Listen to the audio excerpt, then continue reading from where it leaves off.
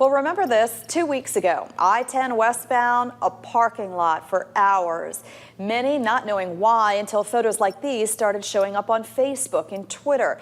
Mangled cars, people in shock, all of it the result of a 45-car pileup. Police say it could have been much worse. Social media posts also showing the one person severely injured in that crash, and we're choosing to blur out that victim to help protect his privacy. Typically, we wouldn't show you that picture on air or online due to ethical guidelines that we follow as journalists. And so why are we choosing to show it to you now? That's the question, and Abby Walton is here with that part of the story. Jillian, Ben, you know as journalists that we feel we can factually still tell that crash story without showing the victim at the scene. But what if you aren't a journalist? Hours after the crash, photos like this one behind me were posted and shared on social media. It really started a conversation. Some of you asking us, what are the rules for crash photos on social media? So we went looking for answers. Straight out of a disaster movie. In shock, eerie silence.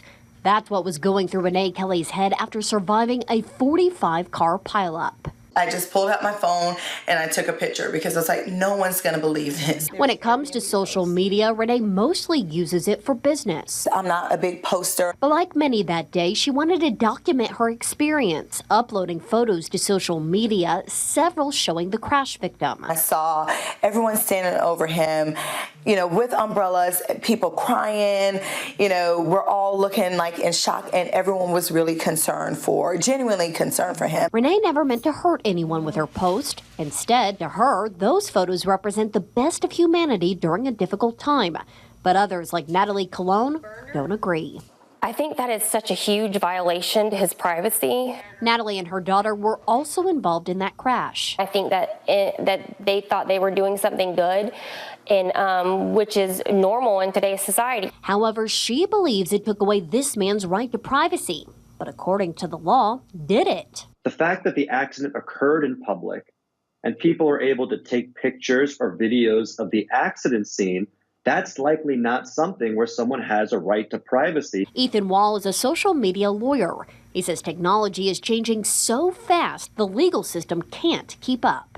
Courts are trying to find ways to adopt these existing principles of freedom of speech and the right to privacy to the new social media realm, and are finding it incredibly difficult. That's because there are limits to both. For example, while a photo like Renee's is protected under the First Amendment, taking a photo of the victim inside an ambulance is not. Because at that time, we believe that people do have a right to privacy. Right now, there aren't any national social media laws. Instead, states are creating their own. In Florida, there are laws regulating revenge pornography and taking photos or video of law enforcement killed in the line of duty. There are currently no social media laws in Georgia.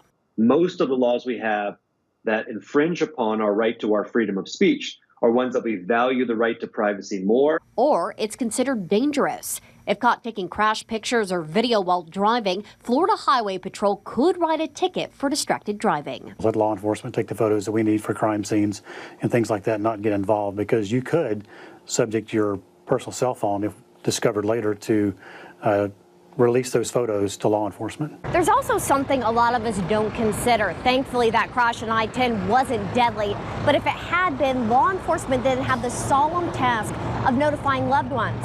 But in the age of social media, life-changing news can be released quickly before loved ones are notified. In the case of I-10, the victim's family did reach out to Renee. They didn't mind the photos, saying it showed everyone who helped their loved one. If his mom, if his sister, if his aunt said, please take it down, not a thought process behind it. There's nothing to debate at that point. But there is still a debate. Renee still gets comments both for and against her photos. It does shed light. When you see other people post things, you don't know what their frame of mind is, and you don't know what their intent was behind it. Those arguments surround our society's moral and ethical compass, not our laws. It's now up to the courts to figure out a way for technology, our freedoms, and the rights of others to commingle. A job that's only just beginning. Now, when it comes to social media sites like Facebook or Twitter, they, like news stations, don't have any specific laws governing what can and can't be posted. However, they make their own rules about what will and won't go on their site. And Ben and Julie, we've actually seen changes in that with Facebook recently, where the public has said, hey, we don't want certain things showing up on our feed. So now Facebook is going back and rewriting their rules. So this really is just a conversation that is going to continue to be evolving. And a very important conversation too, because in the news business, people, they look at those photos and they look at the videos, and some have very different feelings about them. It's conversations that we've had, even though there's an ethical standard we follow. As the line continues to move and what's made available by social media, we have to reevaluate what we use too. It's an ongoing conversation for sure. Abby. Great story. Yeah, thank you.